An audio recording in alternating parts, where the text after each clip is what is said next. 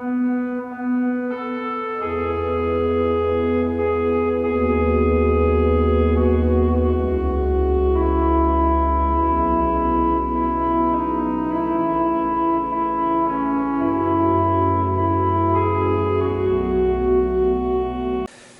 함께 볼 말씀은 신약 82쪽 마가복음 15장 1절에서 15절의 말씀입니다.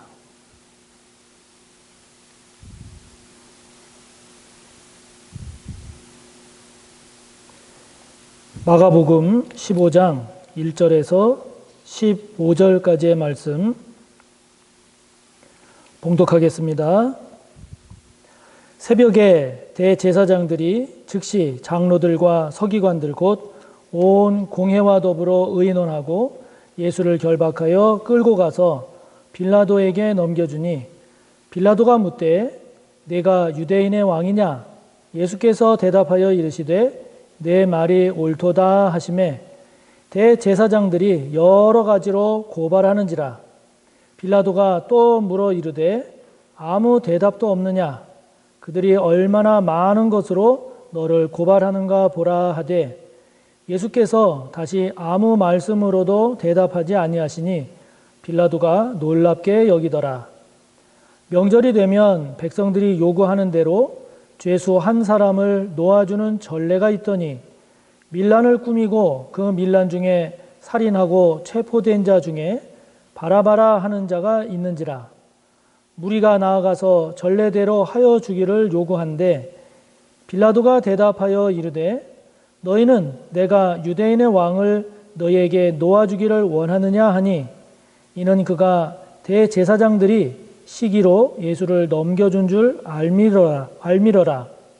그러나 대제사장들이 무리를 충동하여 도리어 바라바를 놓아달라 하게 하니 빌라도가 또 대답하여 이르되 그러면 너희가 유대인의 왕이라 하는 일을 내가 어떻게 하랴?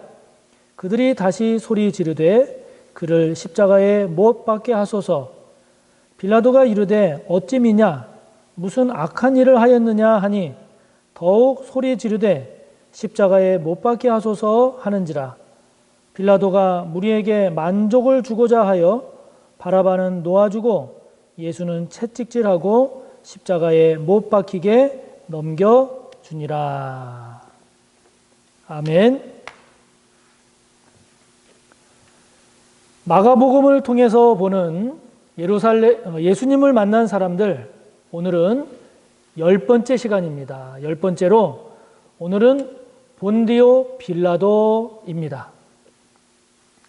우리가 사도신경을 외우다 보면 두 사람의 이름이 나옵니다.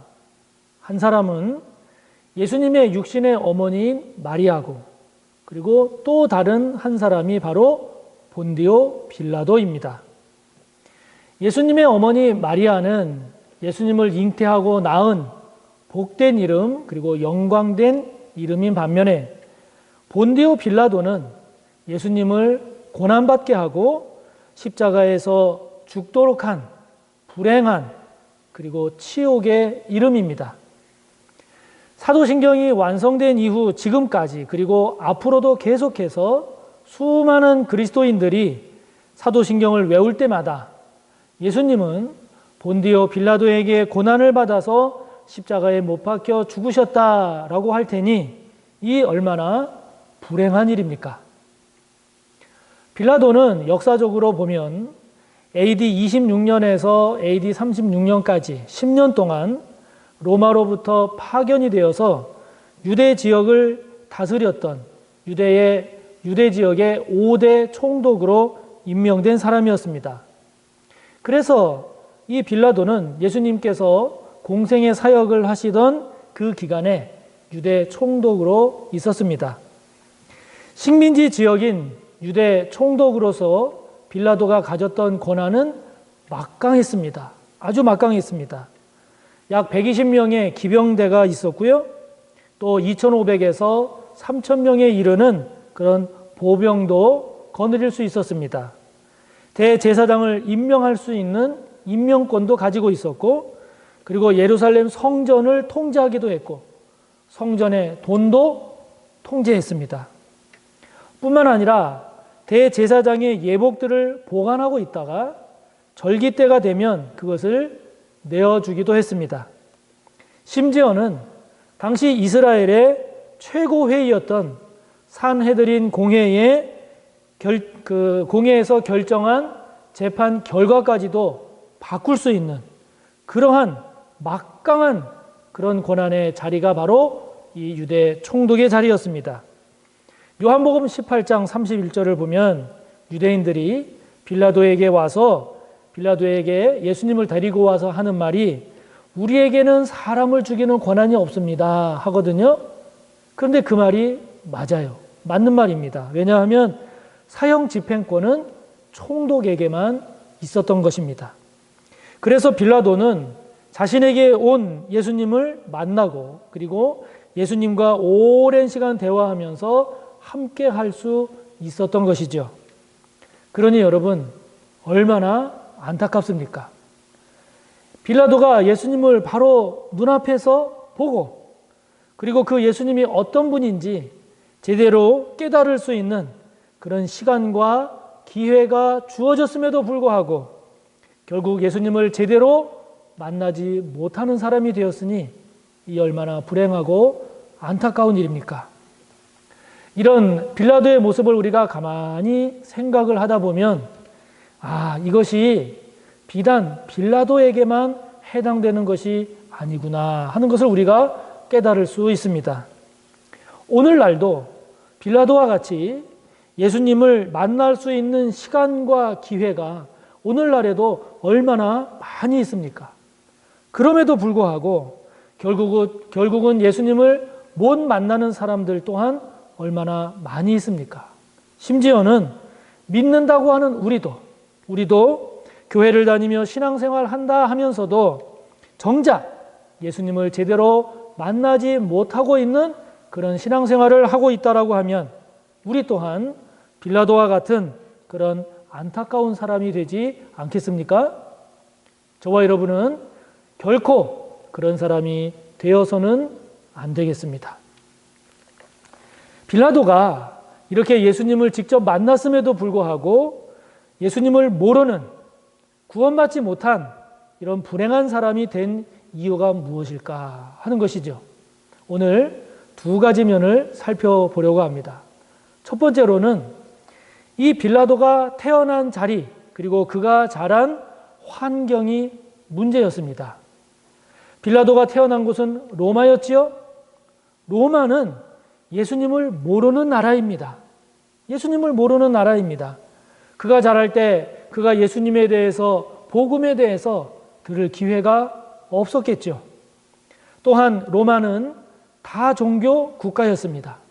그래서 이런 신 저런 신 모든 많은 신들이 득실거리는 그런 나라였습니다.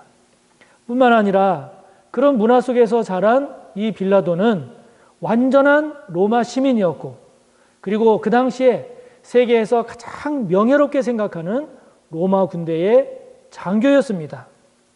그런 그가 유대 총독으로 왔으니 그의 눈에 이스라엘이라는 나라가 이스라엘 민족이라는 민족이 얼마나 우습게 보였겠습니까? 그리고 그 가운데 한 젊은 청년인 예수님을 메시아로 깨닫기란 매우 어려웠을 것입니다. 그가 태어나고 자란 곳이 너무 불신앙의 세계였던 것이죠. 그러므로 환경이 참 중요합니다. 은혜의 환경에서 은혜를 경험하게 됩니다. 은혜의 자리에서 은혜를 받습니다.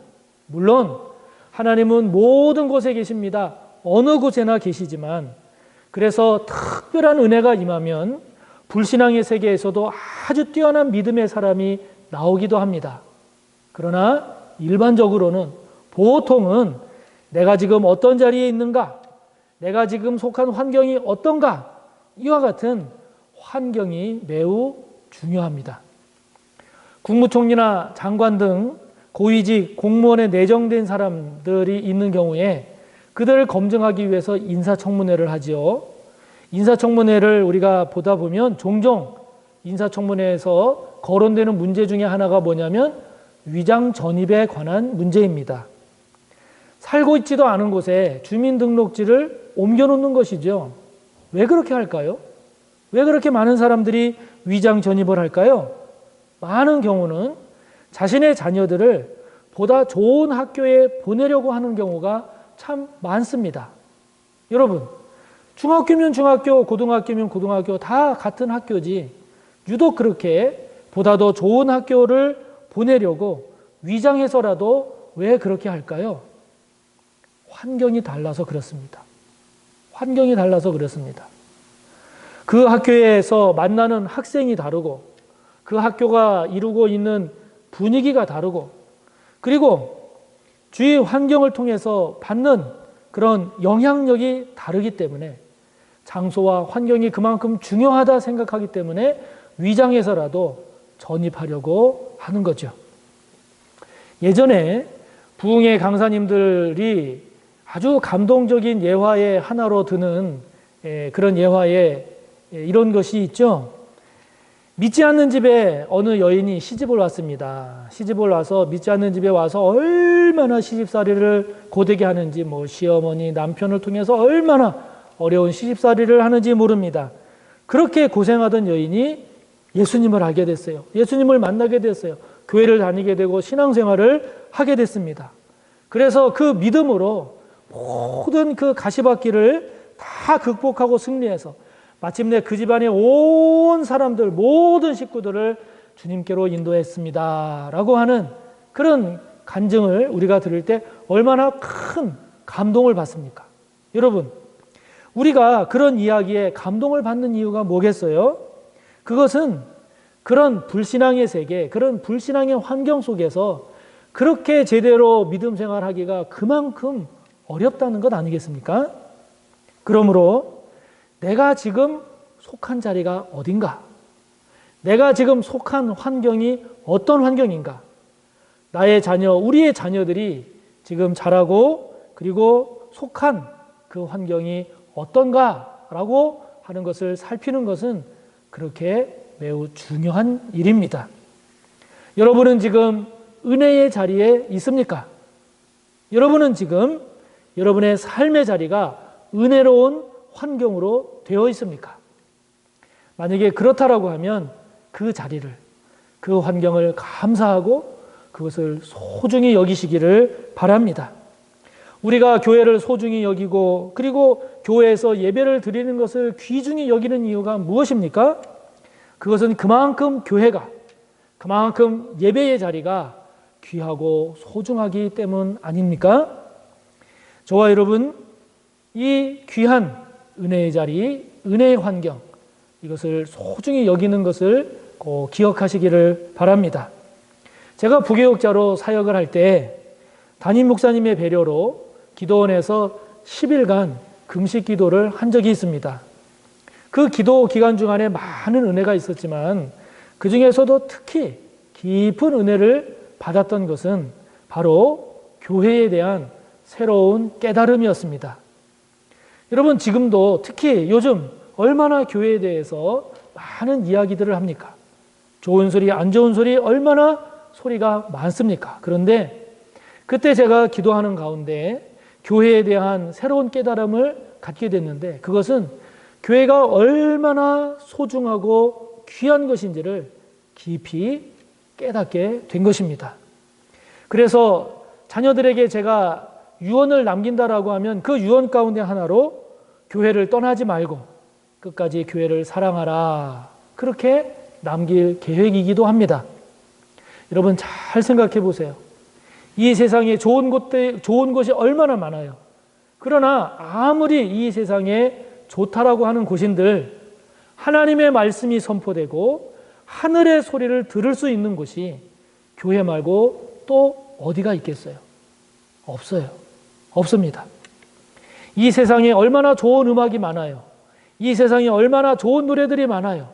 그러나 여러분, 그 어느 곳에서 하나님을 찬양하고 하나님을 경배하는 천상의 노래가 울려 퍼지고 천상의 노래를 부를 수 있는 곳이 교회 공동체 말고 또 어디가 있겠어요? 없습니다. 교회 이외에는 없습니다. 하나님의 은혜를 맛보고 주님을 만날 수 있는 곳, 그곳이 교회 공동체 말고 어디가 있겠어요? 없습니다. 없더라고요. 교회가 그래서 최고더라고요.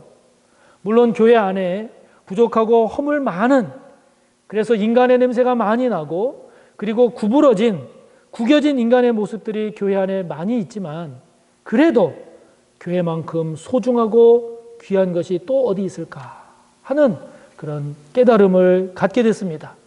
얼마나 교회 공동체가 귀했으면 주님께서 피 흘려서 피값으로 교회를 사셨겠습니까?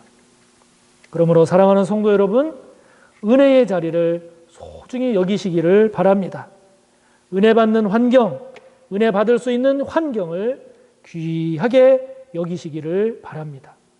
그런 자리에서 멀어지면 주님으로부터도 멀어지게 되어 있습니다. 우리가 우리의 자녀들의 삶의 자리가 늘 믿음의 자리, 은혜의 환경이 되도록 우리가 힘써야 하는 이유가 여기에 있죠.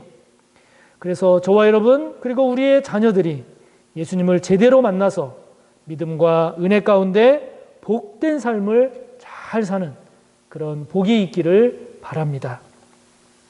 빌라도가 예수님을 제대로 만나지 못한 또 하나의 이유를 우리가 살펴보자면, 그것은 그의 높은 지위, 그의 막강한 힘이, 권력이 오히려 예수님을 만나러 가는 데에 장애물이 되었다 하는 것입니다.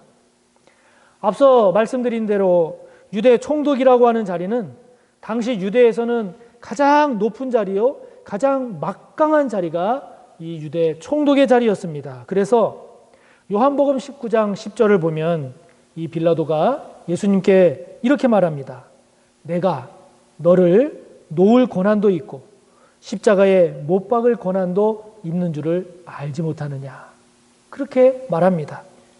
그런데 이런 막강한 권력과 그리고 높은 지위가 오히려 예수님을 만나러 가고 예수님을 아는 데에 오히려 장애물이 되었다 하는 것이죠. 여러분은 아마 기억할 겁니다. 예수님께서 성전에 들어가셔서 소와 양을 파는 사람들, 돈 바꾸는 사람들 다 쫓아내시고 그들의 상을 둘러 엎으신 그 사건을 기억할 겁니다. 그런데 여러분, 그때 그 성전의 대제사장들 그리고 서기관들이 어떻게 반응한 줄 아십니까? 마가복음 11장 18절을 보면 이들은 예수님을 어떻게 하면 죽일까를 생각했다고 했습니다. 왜 그럴까요? 왜 그랬을까요? 그것은 그들에게 주어진 지위, 그들에게 주어진 재물을 놓치기 싫어서 그런 겁니다.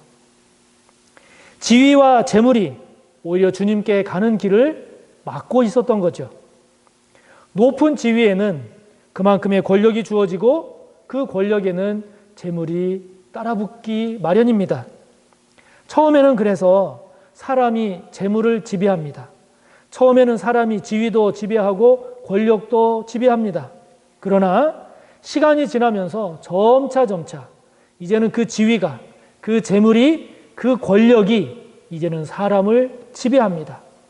그 지위를 빼앗기지 않기 위해서, 그 권력을 유지하기 위해서, 그가 가지고 있는 재물을 놓치지 않기 위해서 이제는 지위와 권력과 재물의 종이 되고 노예가 되고 말지요. 그렇게 되면 자칫 예수님을 점점 멀리하게 되고 오직 자신의 이익과 자신의 기득권을 유지하는데 온갖 신경을 쓰고 맙니다. 우리가 가난할 때는 갈 곳도 없고 쓸 돈도 없으니까 교회에 가서 열심히 하나님께 기도하고 하나님의 은혜를 간절히 구합니다. 우리가 병들고 힘들 때도 오직 교회에 나와 하나님의 손길을 간절히 구하는 우리의 모습을 봅니다. 그러다가 재물이 점점 많아지고 병이 치유되고 건강해지면 이제는 교회가 아니더라도, 이제는 주님이 아니더라도 나를 기쁘게 해주고 나에게 유익한 곳이 많다는 생각에 점차 교회에서 멀어지고 주님으로부터 멀어지는 경우를 우리가 보지 않습니까? 우리가 교회를 처음 다닐 때에는 순수한 모습으로 교회를 사랑하고 은혜를 사모하며 신앙생활을 합니다. 그러다가 시간이 흘러서 이제는 교회에서 집사님이 되고 권사님이 되고 장로님이 됩니다.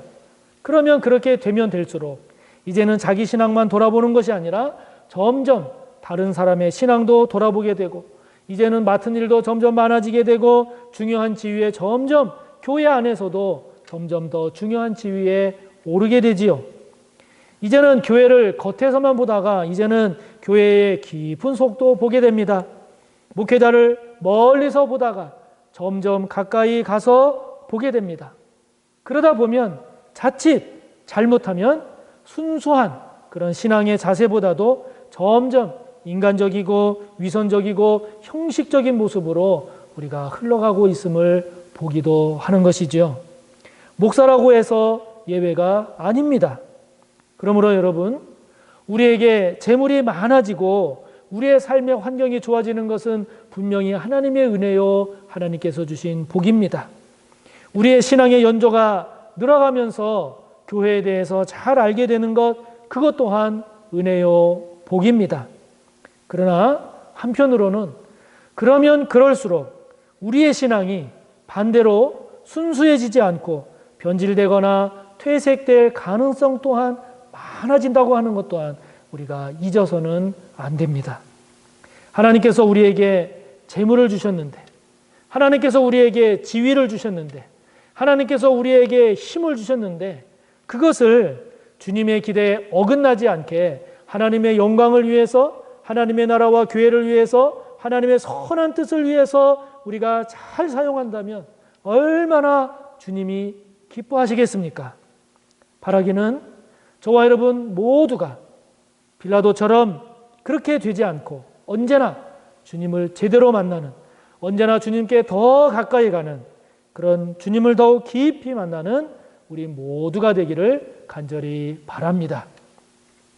마태복음 27장 19절을 보면 빌라도의 아내가 빌라도에게 사람을 보내서 말합니다.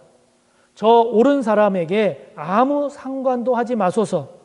내가 지난밤 꿈에 그 사람 때문에 몹시 괴로움을 당했습니다. 누가복음 23장 4절을 보면요, 빌라도는 예수님이 아무 죄가 없었음을 알고 있었습니다. 그리고 그것을 대제사장들과 유대인들에게 말했습니다. 그리고 누가복음 23장 20절을 보면요, 빌라도는 예수님을 놓아주고자 했어요. 그럼에도 불구하고 결국 그는 예수님을 십자가에 처형하도록 내어줍니다. 여러분, 빌라도가 예수님을 결국 십자가에 처형되도록 그렇게 허락한 이유가 뭘까요? 그 이유를 오늘 본문 15절은 이렇게 기록을 하고 있습니다. 15절을 보세요. 빌라도가 무리에게 만족을 주고자 하여, 무리에게 만족을 주고자 하여 그렇게 했다는 겁니다. 마태복음 27장 24절은 이렇게 기록하고 있습니다. 빌라도가 아무 성과도 없이 도리어 밀란이 나려는 것을 보고, 밀란이 두려워서 그랬다는 겁니다. 누가복음 23장 23절 24절을 보면 그들이 큰 소리로 재촉하여 그를 십자가에 못 박게 하소서, 그를 십자가에 못 박게 하소서 구하니 그들의 소리가 이긴지라. 이에 빌라도가 그들이 구하는 대로 하기를 언도하고 그랬습니다.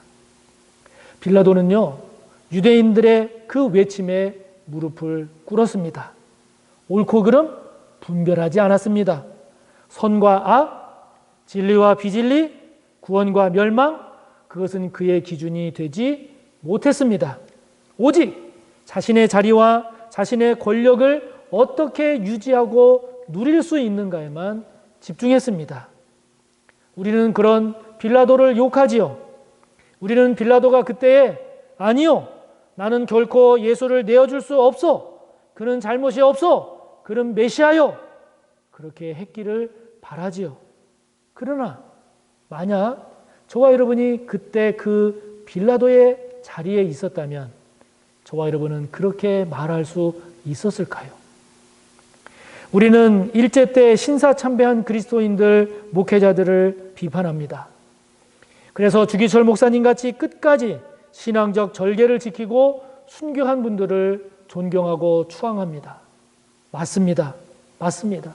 그러나 주기철 목사님과 같이 그렇게 신앙적 절개를 지킨 목회자 그리고 그리스도인들은 당시에 10%도 되지 않았습니다.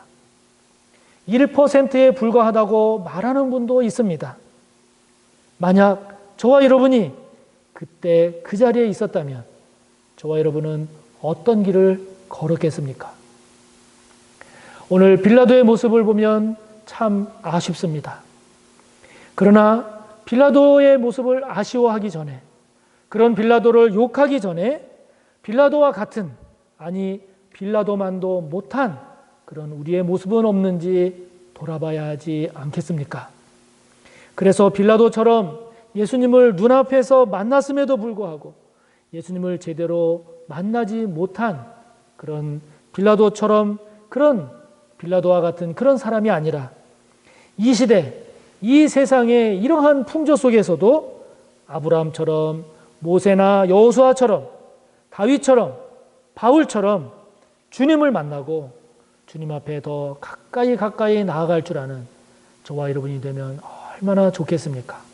그런 저와 여러분이 되시기를 주님의 이름으로 축복합니다. 기도하겠습니다.